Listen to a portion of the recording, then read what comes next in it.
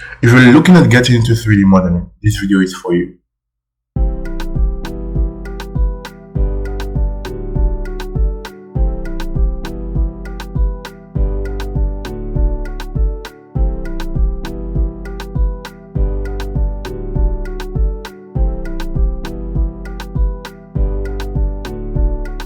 Hello everyone, welcome to my YouTube channel, and in today's video we're going to be looking at how you can get into 3D modeling.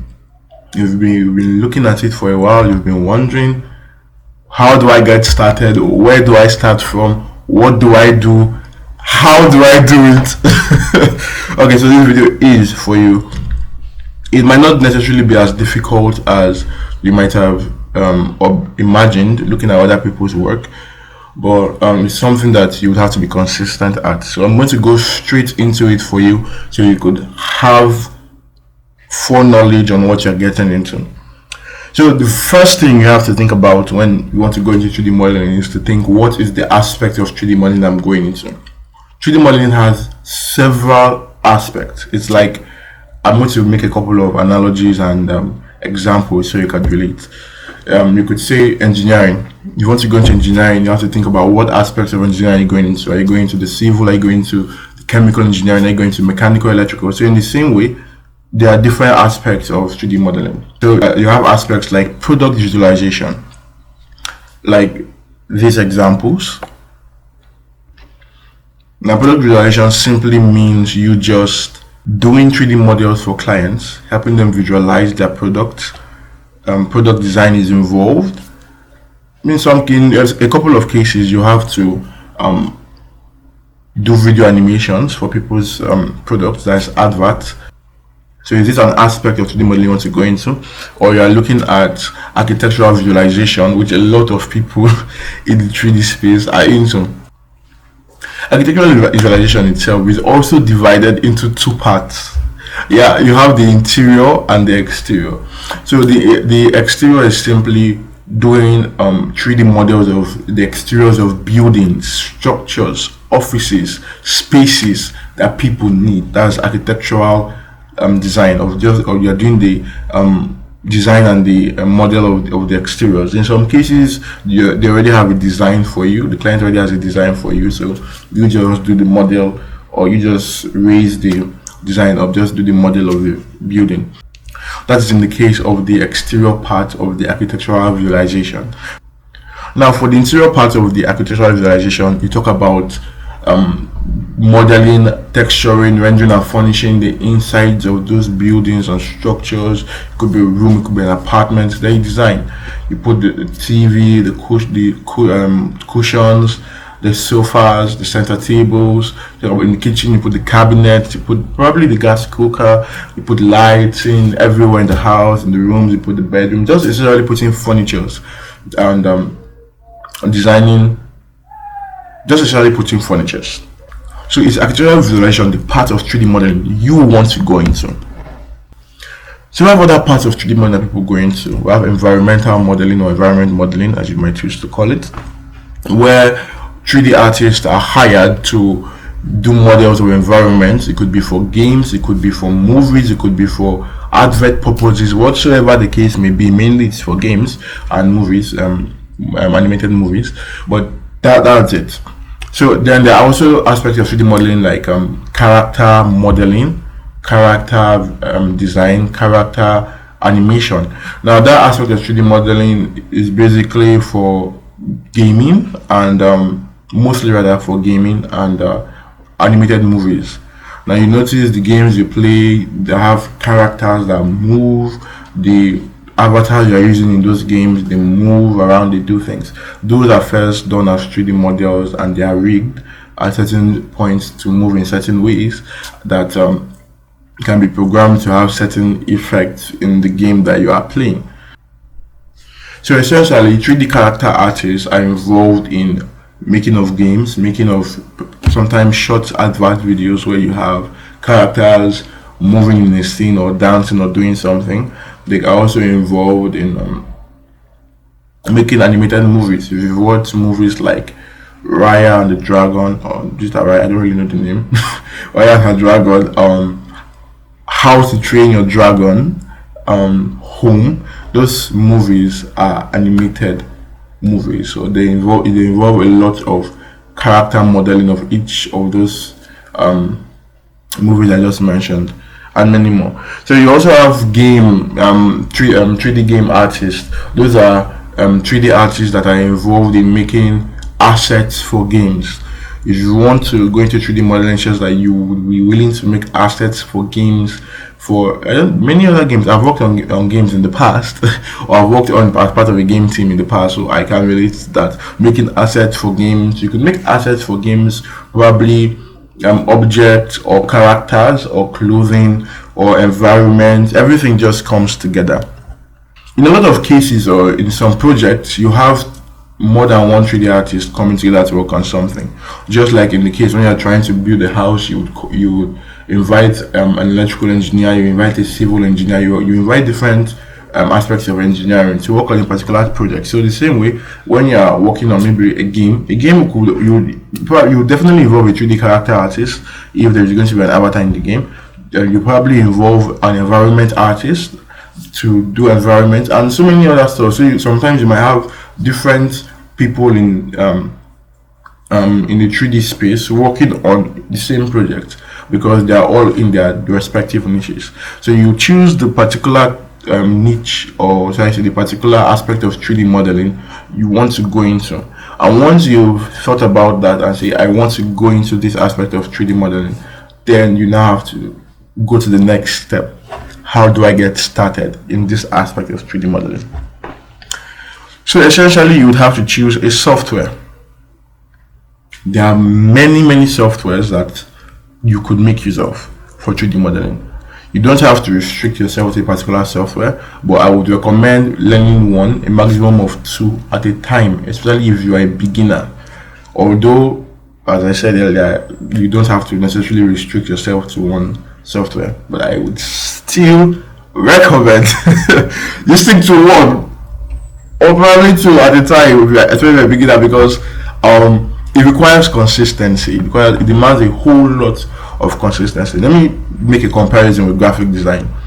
There are people that are into there are graphic designers or graphic artists who know how to use several graphic softwares, from CorelDRAW to Illustrator to Photoshop. I think maybe InDesign, I have no idea. So a couple of graphic design softwares out there, and they know how to use them. But if you ask them how they started, they wouldn't tell you that they started learning all 5 or 6 software at once. Most of the times, they start learning with one software, or sometimes 2. But most of the time, you hear them saying they start learning with one software, then they now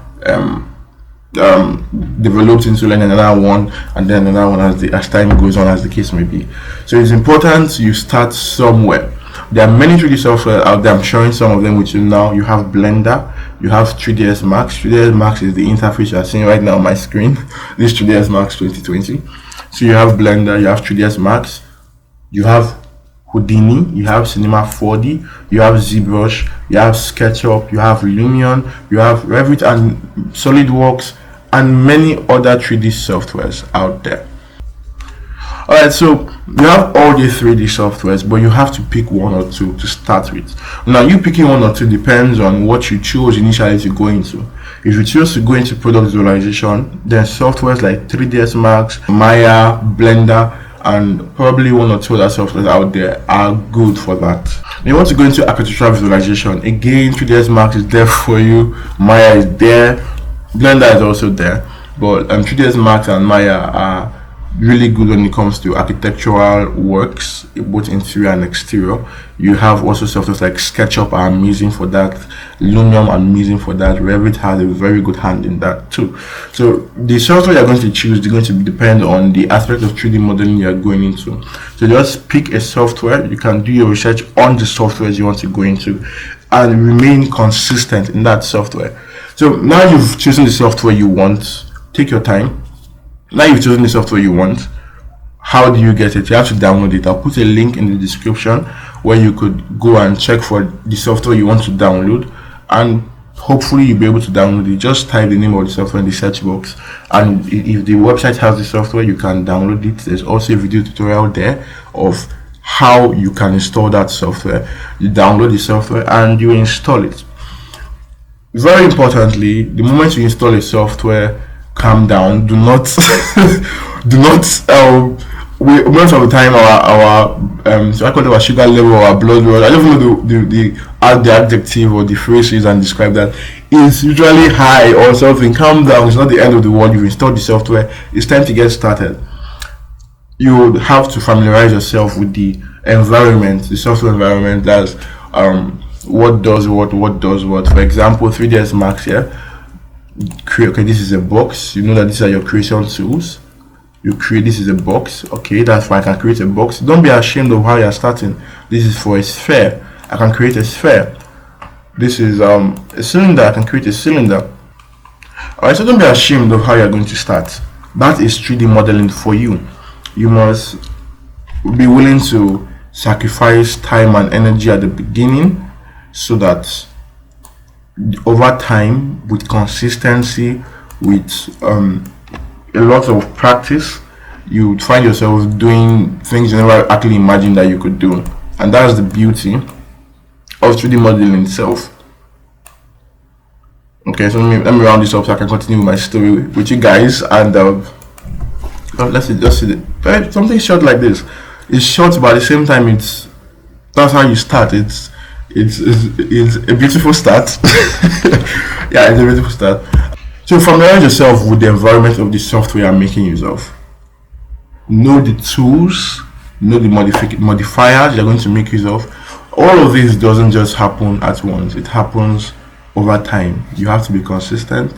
You have to open the software, even if it's at least 20-30 minutes a day. Just open the software and do things there. Look for tutorials. Watch tutorials. And most importantly, don't just watch tutorials. Practice them. Implement every tutorial that you watch. People make that a mistake of, I just watch it, at least let me just watch, and they watch it and they don't try to attempt or practice what they've watched, and it leaves you.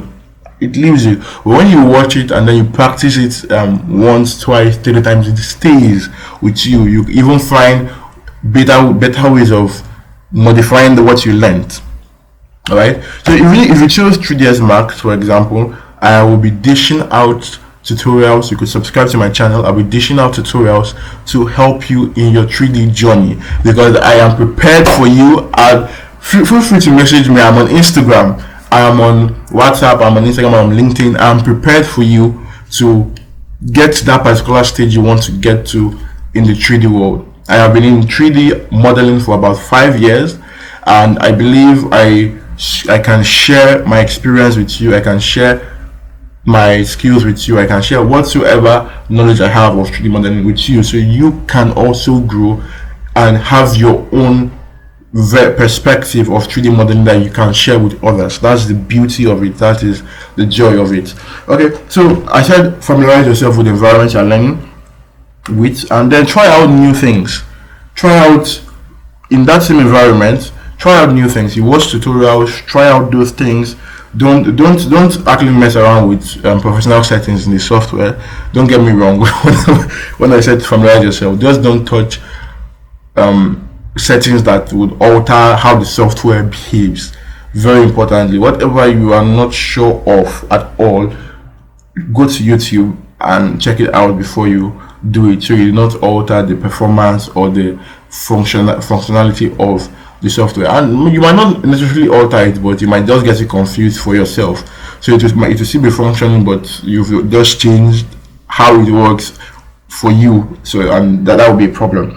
So watch more tutorials. I'll be putting out a couple of tutorials for 3ds Max users weekly, or those who have chosen to use 3ds Max every week. So if you've chosen to use any other software like Blender, Houdini, Maya, Cinema 4D, SketchUp, Lumion, there are a lot of tutorials on there. As many of the softwares that you are choosing, there are a lot of tutorials on YouTube. There are a lot of tutorials you can pay for. Different platforms you can pay for their tutorial courses, and learn this thing. Learn it. If you are consistent, I'm telling you, a month is more than enough for you to learn the basics, for you to know the software you are using. If you put in a minimum of 30 minutes every day, a month is more than enough for you to master the basics. of 3D modeling, or for you to learn the basics of 3D modeling essentially. So give it your all, be consistent, there is no pressure, there is no hurry. Learn your software, learn how to create things. Start from making basic objects, basic scenes, and over time you'll find yourself doing marvelous things with the software. Alright, so I will come to the end of this tutorial. Please like the video and subscribe to my channel. You can ask me any question in the comment section rather. I am more than open and available to reply and to give you any advice you need.